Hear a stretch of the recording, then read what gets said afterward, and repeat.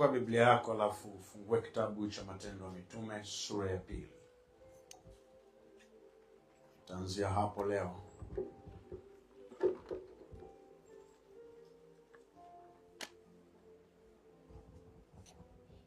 Chukua Biblia yako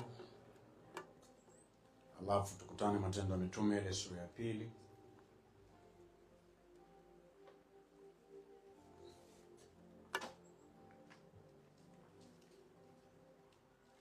Nimekuwa nikifundisha somo la jua jinsi ya kusema au kuomba maneno sahihi.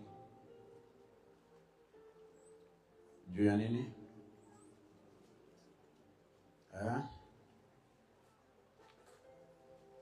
Nasikia mtu ananongona tu, sisikie chochote huko. Haleluya. Somo letu linaitwaje?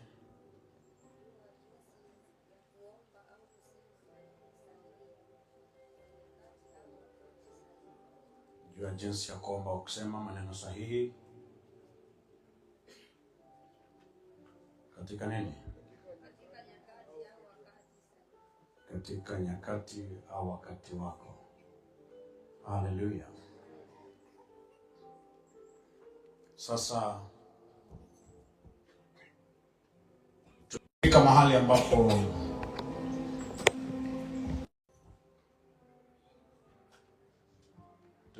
ambapo nilifundisha juu ya Roho Mtakatifu. Amen. Tukagundua kwamba ili niweze kuomba au kusema maneno sahihi katika nyakati zangu, ninahitaji kuomba kwa roho yangu. Haleluya. Nahitaji kuomba kwa roho.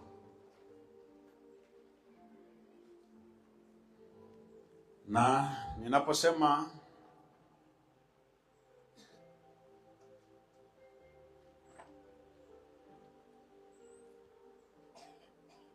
nahitaji kuomba kwa roho,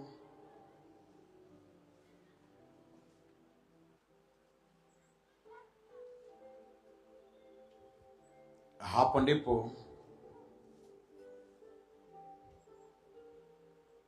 tulipojifunza habari za kunena kwa lugha, kuimba katika roho, kuomba katika roho.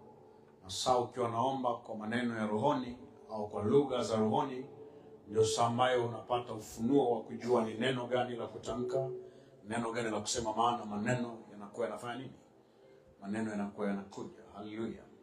Ufunuo wa ni neno gani useme kwa wakati unaopitia, kipindi unachopitia, hali unayopitia, unakuja ile saa uko naomba kwa roho.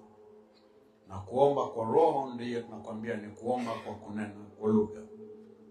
Bwana Yesu asifiwe sana. Sasa unisikilize vizuri, kwa sababu ni kitu ambacho kwa kanisa ni kama hakikueleweka, kiasi kwamba kikapata tafsiri mbaya ulimwenguni.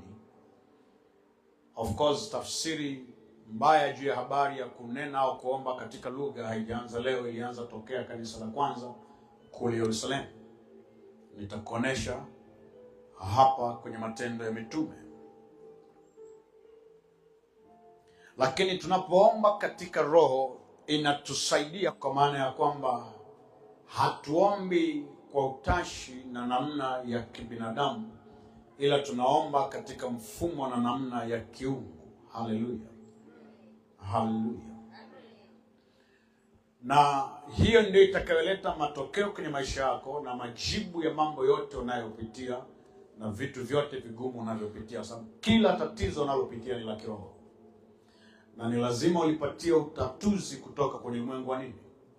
Wa roho. Tunaelewana sasa?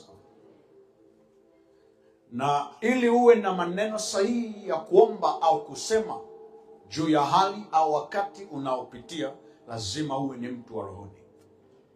Sasa naposema lazima uwe ni mtu wa rohoni, maana yake nini? Maana yake ni hii: hakuna mtu ambaye si wa rohoni. Unaelewa vizuri? Hivyo ulivyo hapo, wewe ni wa rohoni, kwa sababu wewe ni roho uliye na nafsi na unakaa katika nini? katika nini? Katika mwili. Haleluya. Unakaa katika mwili. Na ndio maana huwa ipo saa ya wewe kuondoka katika nini? Katika mwili. Na mwili unarudi katika mavumbi ulikofanya nini? Ulikotokea. Unaelewana sasa? Haleluya. Sasa unapojizoeza kuomba katika roho, inakusaidia sana kuweza mwili na mawazo na fikra, kiasi kwamba anakuwa ni Bwana ndiye anayezungumza katika wewe, maana anakaa katika roho yako. Roho yako na yeye ni mmoja. Haleluya. Lakini unapoomba katika roho, inakufanya kuomba sawasawa na mapenzi ya Mungu. Ngoja nikuoneshe kitu. Sikia. Nitarudi kwenye Matendo ya Mitume sura ya 2, lakini ngoja tuanzie Wakorintho wa kwanza ile sura ya 2. Waraka wa kwanza Mtume Paulo kwa Wakorintho ile sura ya 2. Kama una Biblia yako fungua pale, waraka wa kwanza Mtume Paulo kwa Wakorintho ile sura ya 2. Nikuoneshe vitu vichache tu hapa, then tutakwenda Matendo ya Mitume.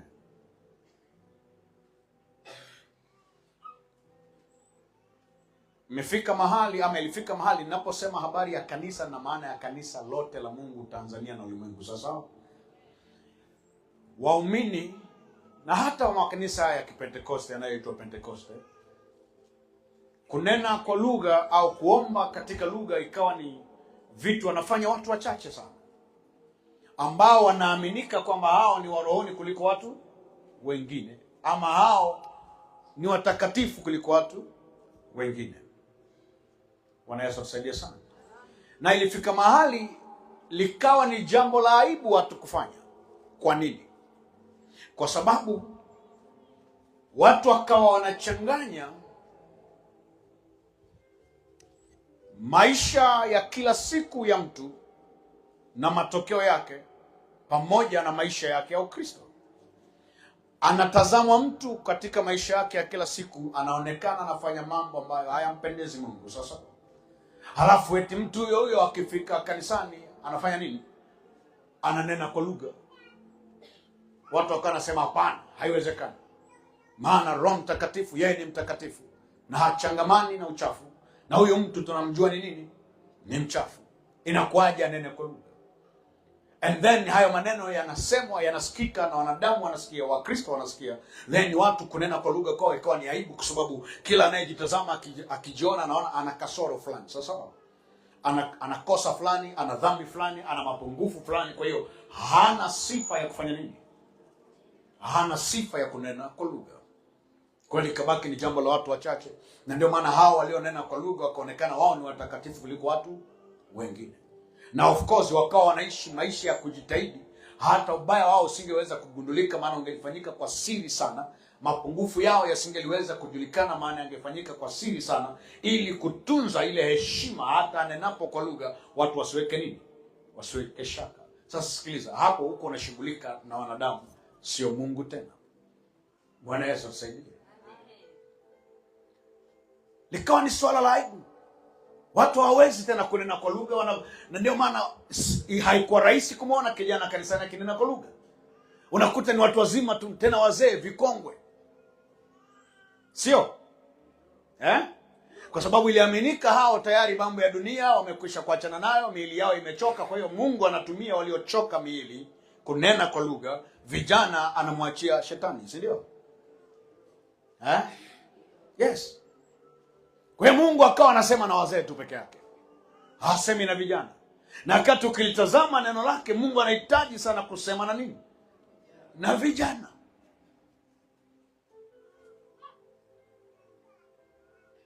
Amezungumza katika waraka wa kwanza wa Yohana juu ya vijana kuwa na uwezo wa kulihifadhi neno la Mungu ndani yao. Ametamka juu ya vijana kumshinda mwovu, na sio wazee. Okay, nina despise wazee? Hapana. Ila nataka turekebishe hizi concept, hizi dhana. Maana Mungu anahitaji kutumika na vijana. Hata Yesu, kwa mara ya kwanza Yesu anazungumza ni hekaluni, alikuwa na miaka mingapi? mingapi? 12. Sasa tunaelewana sasa? Ndio kwa mara ya kwanza miaka 12. Kwa hiyo Mungu akusubiri Yesu azeeke, sawa? Anaanza huduma rasmi akiwa na miaka mingapi? Si unanielewa? Anaanza huduma rasmi akiwa na miaka 30. Sawa sawa? Na anafanya huduma kwa muda gani? Miaka 3.5. Sawa sawa? Kwa hiyo miaka kuanzia 1 mpaka 33 Yesu amemaliza nini? Kwa hiyo unaweza ukaona muda wa Mungu kumtumia mtu ni miaka hiyo. Unanielewa sasa? Lakini leo Mungu hatumiki na watu wa umri huo tena, anasubiria wazeeke ndio afanye nini? Ndio atumike nao, sio? Hapana. Bwana Yesu asaidie sana. Hivyo ulivyo uko kwenye wakati sahihi wa kutumiwa na nani? Na Mungu. Uko kwenye wakati sahihi wa kumdhihirisha nani? Mungu. Uko kwenye majira sahihi ya kutenda kazi ya nani? Kazi ya Mungu. Hallelujah. Kwa hiyo kunena kwa lugha ni sifa ya kila aliyempokea Roho Mtakatifu. Na sio sifa tu, ni haki, ni maisha, ni mfumo wa maisha ya kila anayemwamini Yesu Kristo. Maana katika Roho huko ndiko kuna uzima wetu, ndiko kuna ushindi wetu, ndiko kuna amani yetu, ndiko kuna kila jambo. Hello? Okay, ngoja nikuoneshe kitu. Wakorintho wa kwanza sura ya 2. Umeshafika pale? Okay.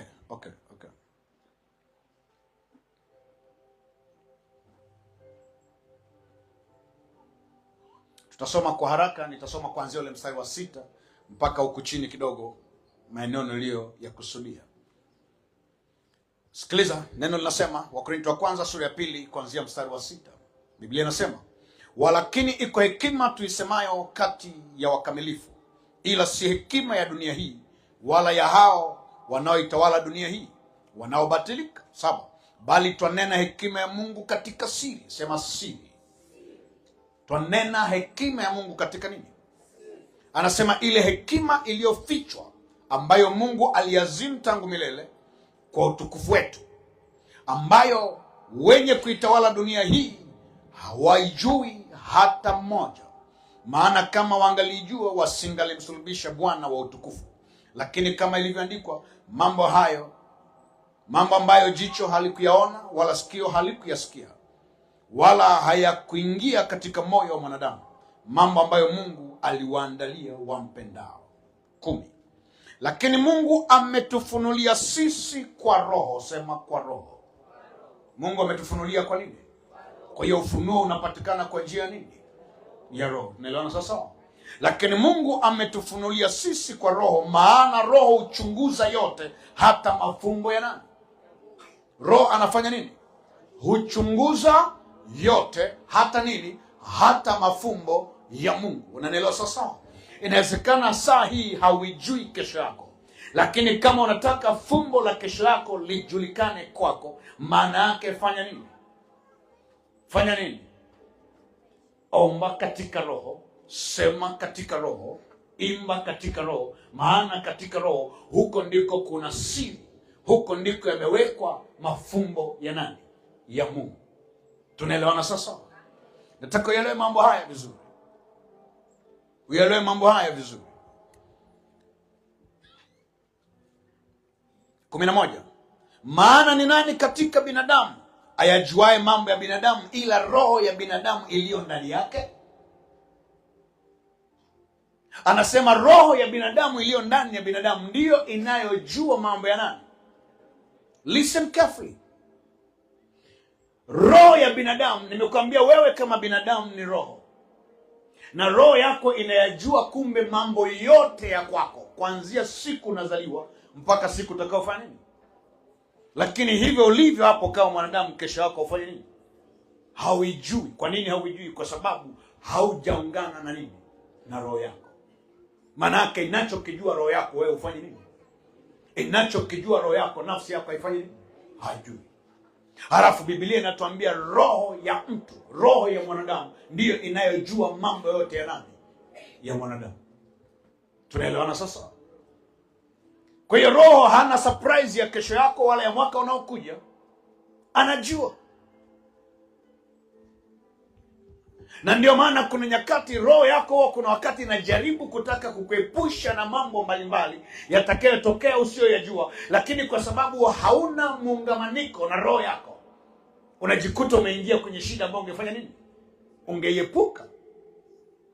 Ukishakuwa kwenye shida ndio unaanza kusema, lakini ni kama nilihisi mimi, ni kama nilijua, nilitaka kuacha mimi, nilitaka kusema, lakini ila nini kilikuzuia? Maana yake kuna shida. Utii wako kwa roho yako ni mdogo, maana yake roho yako haijapata nguvu ya kutawala maisha yako. Umeifanya kuwa ndogo kuliko nafsi yako. Lakini kama ungeifanya iwe kubwa kuliko nafsi yako, maana yake ungetembea katika ukamilifu. Bwana Yesu atusaidie sana. Unaelewa vizuri? Na neno linasema ni roho ya mtu ndiye ijuayo mambo yote ya nani? Ya mtu. Hallelujah. Tunaelewana sasa? Okay. Endelea kunisikiliza kwa makini. Anasema, maana ni nani katika binadamu ajuaye mambo ya binadamu ila roho ya binadamu iliyo ndani yake? Vivyo hivyo na mambo ya Mungu hakuna ayafahamuye ila roho wa Mungu. Sikia 12 anasema, lakini sisi hatukupokea roho ya dunia, bali roho atokaye kwa Mungu, makusudi tupate kuyajua tuliyokirimiwa na Mungu. Anasema tumepokea roho atokaye kwa Mungu. Huyo roho atokaye kwa Mungu ndiye huyo anayekaa pamoja na roho zetu. Unanielewa sasa? Kwa hiyo roho wako na roho ya Mungu ni nini? Ni moja. Ndio ile Yesu aliyosema, kaeni ndani yangu na mimi ndani yenu. Tunaelewana vizuri? Hello? Yaani ni sawasawa na kuchukua, okay. Naweza nikapata kikombe na jagi lenye maji. Quickly.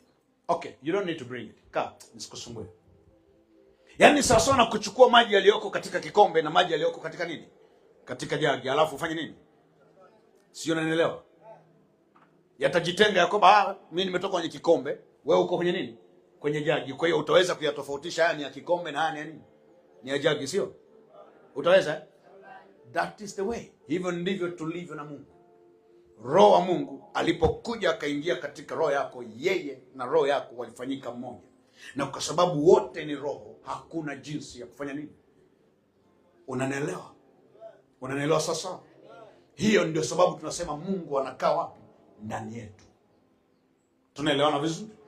Kwa hiyo Mungu anakaa ndani yako full. Sio kwa kiasi. Unatakiwa uliamini hilo na kulijua. Bwana Yesu atusaidie sana. Sema, Mungu anakaa ndani yangu katika utimilifu wake wote. Alright. 12 anasema, lakini sisi hatukupokea roho ya dunia, bali roho itokayo kwa Mungu, makusudi tupate kuyajua tuliyokirimiwa na Mungu. Unahangaika kujua kesho yako itakuwaje? Unahangaika kufahamu maisha yako yataendaje? Haujui. Hallelujah. Haya, kesho anayajua Mungu bwana. Tusiongelee kesho bwana, ya kesho anayajua Mungu bwana. Of course, mtu asiyekuwa na roho wa Mungu ana haki ya kusema hivyo. Tunaelewana sasa? Lakini aliye na roho wa Mungu akisema ya kesho anayajua Mungu, maana yake na yeye anafanya nini? Anayajua, maana yote ya Mungu yanajulikana kwa roho wa nani? Tunaelewana sasa? Na huyo roho wa Mungu ayajuaye yote ndiye aliyefanyika mmoja na nini? Na roho yako. Sasa kama Mungu anayajua ya kesho, maana yake na wewe unayajua ya nini? Ya kesho. Hallelujah. Anasema makusudi tupate kuyajua tuliyokirimiwa na Mungu. Nasema nayo twayanena, si kwa maneno yanayofundishwa kwa hekima ya kibinadamu, bali yanayofundishwa na Roho, tukiyafasiri mambo ya rohoni kwa maneno ya rohoni. Mnayasikia haya mambo? Anasema mambo ya Mungu, yale ambayo anatufunulia, tunapoyajua yale mambo tuliyokirimiwa, anasema hayo huwa tunafanya nini? Tunayanena. Tunafanya nini? Tunayanena, maana yake tunayatamka. Unaelewa sawa? Na anasema tunapoyatamka hatuyatamki katika nini? Katika I'm reading myself, nasoma Biblia peke yangu Mko pale. Go there. Verse number 13. Mstari wa 13. Nataka ufuatane na mimi vizuri hapa, uelewe kwa nini ninataka uwe fundi wa kunena kwa lugha. Uwe mtu unayetamka maneno ya rohoni. Na kuonesha siri iko hapa. Bwana Yesu asaidie sana. Siri iko hapa. Kwanza ulishajua ya kwamba mambo yote ya Mungu yanajulikana kwa jinsi ya nini? Ya roho. Tunaelewana sasa? Hello? Na anasema siri zote, maisha yote ya mtu yanajulikana na roho yake. Hello? Okay, hebu nisomee namba 13. Verse number 13. 13. Mstari wa 13. Nayo twayanena nini? Okay, anza 12 uje 13 ili wasikie vizuri. Lakini sisi hatukuipokea roho ya dunia. Bali roho atokaye kwa Mungu. Tumepokea roho atokaye kwa Mungu. Makusudi tupate kuyajua. Yes. Tuliokirimiwa na Mungu. Tupate kuyajua. Makusudi tupate kuyajua tuliokirimiwa na Mungu. Yaani wewe kama ni mama mjamzito umebeba mimba, unapaswa kujua unajifungua mtoto gani, lini na saa ngapi. Amen. Kama umeokoka. Unanielewa vizuri? Amen. Yes. Yaani unahitaji kwenda kuzaa ndio wewe surprise manesi ndio wakwambie ni wa kike. Ndio unajua nimepokea mtoto wa kike. Ni wa kiume. You have to know it. Unanielewa sasa? Amen. Yaani una kitu bora kuliko hata ultrasound.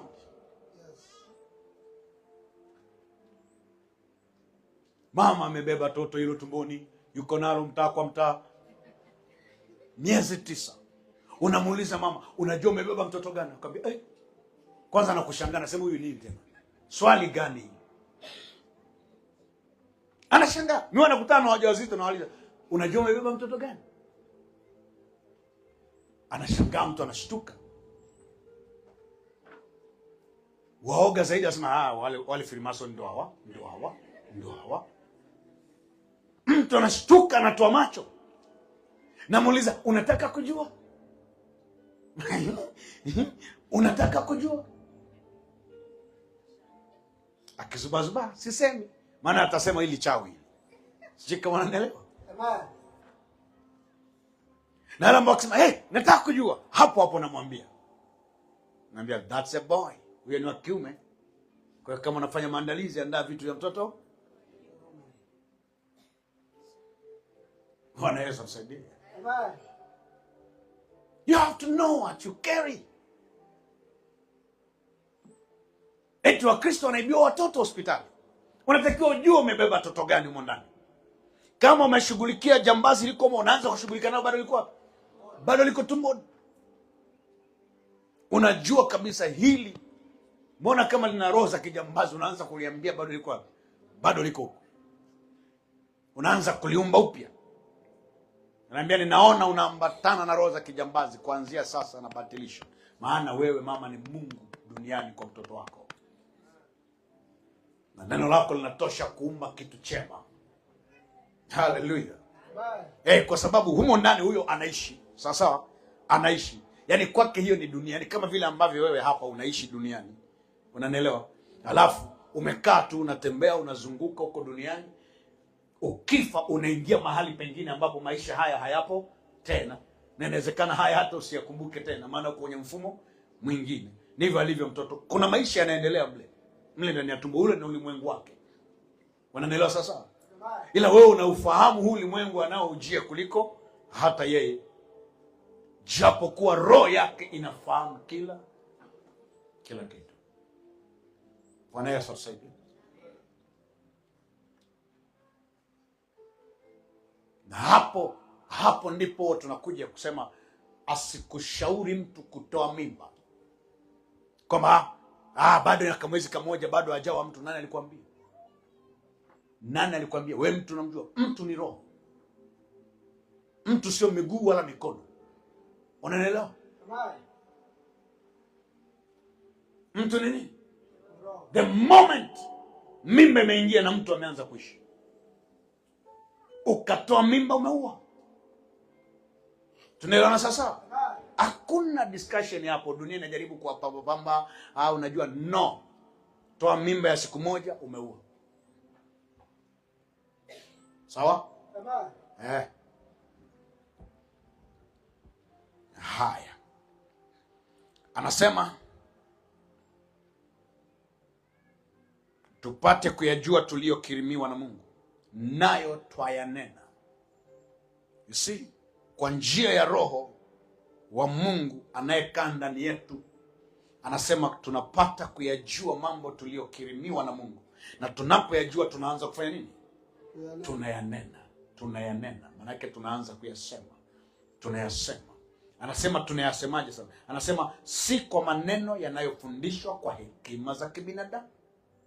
Tunapoanza kuyasema, hatuyasemi hayo maneno ama hayo mambo tuliyokirimiwa, hatuyasemi kwa maneno yanayofundishwa kwa hekima za kibinadamu. Unasikia vizuri hapo? Anasema bali yanayofundishwa na Roho. Roho anatufundisha, anatupa namna ndani yetu. Unasikia tu kama kuna neno linakuja, unatamka. Unasikia kama kuna sauti inakuja ndani yako, unaisema. Unanielewa sasa? Yes, maana yake ni Roho yuko anafanya nini? Anakufundisha. Anasema yanayofundishwa na Roho, tukiyafasiri mambo ya rohoni kwa maneno ya rohoni. Kwa tunayafasiri mambo ya rohoni kwa maneno ya rohoni. Ndio maana kuna saa unaweza ukawa unaomba, unatamka vitu afu jirani yako anakushangaa tu. Yaani anaona kama unaongea vitu vikubwa ambavyo havifanyi nini? Haviwezekani. Hajui kama wewe saa hiyo uko unafasiri mambo ya rohoni kwa maneno ya nini? Ya rohoni. Tunaelewana sasa? Hakuna jinsi utatembea kwenye anga hilo wewe kama si mtu wa kunena kwa lugha. Maana hata siri tulizokirimiwa, maandiko yanasema tunazinena. Na ndivyo alivyosema katika Wakorinto hiyo wa kwanza, ile sura ya ngapi? Sura ya 14. Anasema anenaye kwa lugha hasemi na watu, bali asema na nani? Asema na Mungu. Mambo ya nini? Mambo ya siri katika nini? Katika roho yake. Kwa hiyo utaona hapa anasema yale tuliyokirimiwa tunayanena, si kwa maneno ya hekima za kibinadamu, bali kwa maneno ya nini? Ya rohoni. Kwa hiyo saa uko unanena kwa lugha, uko unatamka, uko unasema vitu ulivyokirimiwa. Hivi mko mnanielewa sasa? Sikia, hiyo ndio kitu ambayo mchawi yeyote hawezi roga. Unanielewa? Hiyo ni kitu mchawi yeyote hawezi fanya nini? Hata kama umerogwa, roho yako inatosha kutatua mitego na vifungo vyote vya kurogwa. Inatosha sana. Maana una nguvu kubwa ndani yako. Maneno unayoyasema yanatosha kufungua kamba, yanatosha kufukua mpaka what is that? Hirizi zilizofunikwa hata na simenti nyumbani kwako. Unanielewa sasa? Inatosha sana kukata vifungo vilivyofungwa kwenye mito, kwenye miti, kwenye milima. Inatosha. Lakini kwa sababu hatujui haya, hatutembei namna hii, hatufanyi namna hii, tunakuwa ni wahanga wa mfumo wa ulimwengu, wahanga wa wachawi, wahanga wa waganga, wahanga wa ushirikina. Nafika mahali wachawi wanakuwa wakuu kuliko wana wa Mungu. Hatari sana. Na kati una neno moja la kusema tu, na mchawi akasarenda. Shika maneno. Yes.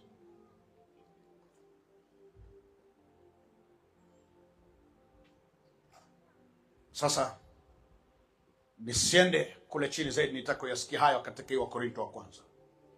Uweze kuona alivyoongelea mambo ya rohoni, maneno ya rohoni, alivyoongelea habari za jinsi tunavyo yanena. Bwana Yesu atusaidie sana. Hallelujah.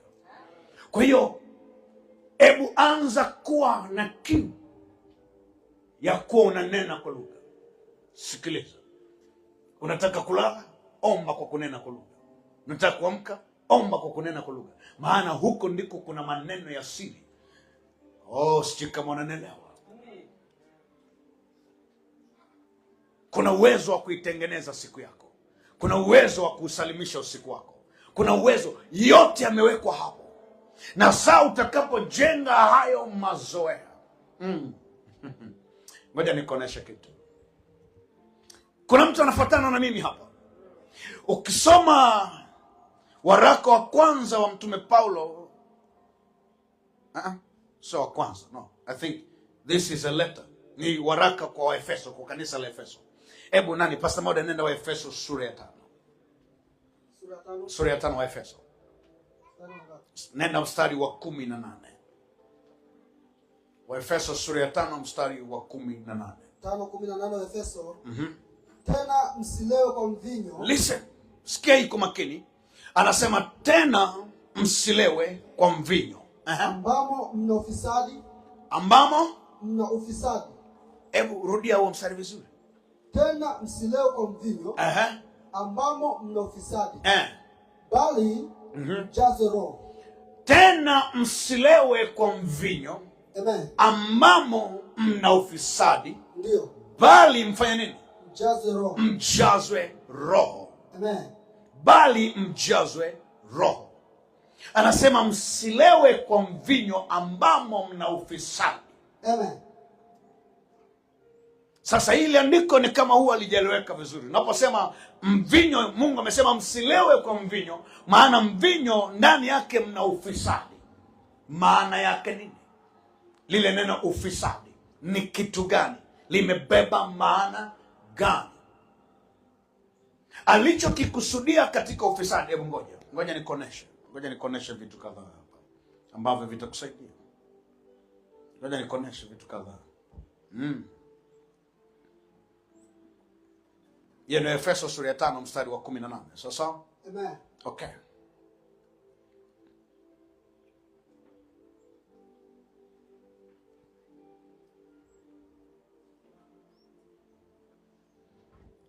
Lile neno ufisadi pale kwa Kiyunani ni neno asotia ama esotia. Sasa unapozungumza esotia unakuwa na maana gani? Waingereza wamesema ni dissolute life, prodigality. Ngoja nitafasiri haya mambo. Lile neno prodigality ndio linatumika hilo kwenye ile story ya mwana mpotevu. Mnaifahamu Luka sura ya 15. Prodigal son. Sasa mwana mpotevu. Prodigality maana yake nini? Anasema mvinyo ndani yake kuna prodigality, kuna dissolute life, akiwa na maanisha ya kwamba unapojaa mvinyo, nguvu iliyoko kwenye mvinyo, roho iliyoko kwenye mvinyo, inachokupa ni maisha ya upotevu, maisha ya uharibifu, maisha ambayo yatakufanya utamke vitu ambavyo badala ya kujenga maisha yako vinakwenda kufanya nini? Na ndio maana 95% ya watu wanaolewa, wanaojaa mvinyo, ili ujue umewaingia, ujasiri wao wa kwanza ni nini? Kunena. Sema kunena. Yes, ndio ujasiri wao wa kwanza, kuongea. Wanaanza kuongea. Sasa sikiliza, mtu aliyejaa mvinyo vitu anavyoviongea. Wengine wamejaa matusi, wengine wamejaa kujisifia, wengine wamejaa kwanza kutoa siri zilizokuwa zimefichwa. Unaelewa? Hiyo ndio ile prodigality, huo ndio ule ambamo ndani yake kuna ufisadi. Maana yake anasema unapojaa mvinyo haukusaidii, badala yake unaanza kubomoa. Unaelewa sasa? Anasema mvinyo ukishaingia na wenyewe kanuni yake ni ile, utakufanya uanze kunena. Lakini utanena vitu gani? Utanena ufisadi. Utanena vitu vya kuharibu na kubomoa maisha yako pamoja na maisha ya watu wengine. Unaelewa sasa? Ndio maana akasema bali mjae Roho. Kwa nini? Kwa sababu ukijaa Roho utaanza kunena. Na ukianza kunena, amesema tunanena maneno gani? Tunaanza kunena. Kwa Korinto wa kwanza sura ya 2, kama umesahau, anasema tunaanza kunena mambo tuliyokirimiwa na nani? Na Mungu. Na anasema tunapoanza kuyanena, hatuyaneni kwa hekima ya nini? Ya kibinadamu, bali tunayanena kwa nini? Kwa Roho, tukiyafasiri maneno au mambo ya rohoni kwa maneno ya nini? ya rohoni. Unanielewa sasa? Na akasema anenaye kwa lugha anasema na Mungu, na anasema mambo ya siri katika nini? Katika roho yake. Lakini aliyejaa mvinyo hafanyi hivyo. Aliyejaa mvinyo anafanya ufisadi. Ndio maana mvinyo utakupa tabia za mwana mpotevu. Unanielewa sasa? Sababu ndani ya mvinyo kuna prodigality. Maisha ya mwana mpotevu ndio utakayoanza kuishi. Utajisifia kama ulikuwa na hela mpaka zimeisha. Ndio utatulia. Unanielewa sasa? Yaani kila anayepita mbele yako unahisi ni maskini tu, unataka umtwange pombe. You get it? Tazama watu wanaolewa jinsi walivyo. Anaweza akaondoka akiwa na 100,000 mfukoni, lakini kulewa kwake kunahitaji 20,000 tu. Unanielewa sasa? Kwa zile 20,000 zinamfanya analewa. Sasa jiulize 80 zinaendaga wapi? Atarudi nazo nyumbani eti? Never. Prodigality, ufisadi. Maana yake anakupa maisha ya upotevu. Una ujasiri wa kufanya vitu. Unataka mambo makubwa yatokee. Kwa hiyo zile 80 zinaishia wewe kuonesha ni nani. Yaani wala huna hofu, huna woga. Na utamwambia mtu yoyote kitu chochote. Unanielewa vizuri? Ndio maana Paulo akasema sasa badala ya kulewa na kujaa mvinyo, sasa jaa Roho Mtakatifu. Maana ukijaa Roho Mtakatifu utakuwa na tabia kama zile za mlevi. Lakini tofauti ni moja. Ni kwamba saa hiyo utaanza kunena mambo ya siri katika roho yako. Hakuna mtu atakayesikia. Na utaanza kuyatamka. Ulimwengu unayapokea. Roho zote zilizo katika anga zinaanza kusikia. Huyo mtu anasema nini? Anatamka kitu gani? Unaanza kuumba vitu vyema, vizuri juu ya maisha yako, juu ya maisha ya mtu mwingine, juu ya kanisa lako, juu ya jirani yako, juu ya ndugu yako. Utaanza kunena mambo yaliyo katika siri. Utatoa mpaka siri za vikao vya wachawi kwa kunena kwa lugha. Unanielewa sasa? Maana roho yako inayajua yote, mpaka yanayosemwa sirini. Roho yako haina siri, maana roho hana mipaka. Katika ulimwengu wa roho hakuna nini? Hakuna mipaka. Yaani katika ulimwengu wa roho naweza niko hapo, ukiwaza hapo natosha kukwambia umewaza nini. Si unanielewa sasa? Nimekuonesha hayo mambo katika Biblia. Yesu alikuwa anajibu watu vitu ambavyo hawajasema, ila wamefanya nini? Wamewaza. Wakiwaza tu anawaeleza. Unanielewa sasa? Halo? Hayo ndio maisha yako. Hayo ndio nini? Ndio maisha yako. Listen. Aliyekwenda kukufunga, labda ameelekezwa na mchawi, ataambiwa tu na mchawi, chukua huu mti. This is very careful. Inaweza katengenezwa tu mti katika umbile la nini? La mwanadamu. Kamdori tu, sijui. Unanielewa vizuri? Kale kamdori kanapewa jina lako. Kwa sababu mwenye mamlaka ya kukapa jina ni yule aliyefanya nini? Aliyekaumba. Unanielewa? Kanapewa jina lako, wewe ndio fulani. Na kanaanza kuambiwa wewe fulani, kuanzia leo ninakufunga, na kamba zinazofanya nini? Zinaanza kufungwa. Kuanzia leo ninakufunga. Hutopata hela. Hutokuwa hivi. Hutokuwa hivi. Na ninakuweka chini ya jiwe, linatafuta jiwe kubwa. Kale kamdoli kanawekwa kwa sababu hakawezi kujitoa. You get it? Na kinachofanya kazi hapo ni maneno yanayotoka kwenye kinywa cha nani? Cha anayekuumiza saa hiyo. Unanielewa sasa? Anafunika, anaweka, anajua hili jiwe halitaondokaga hapa milele. Maana yake na maisha yako. Anafanya hayo akiwa anaamini. Wewe hapo haupo. Uko mbali. Lakini kuna mtu anakushughulikia yuko maili nyingi mbali kwa kutumia kitu kingine, na anajua hii itaweka.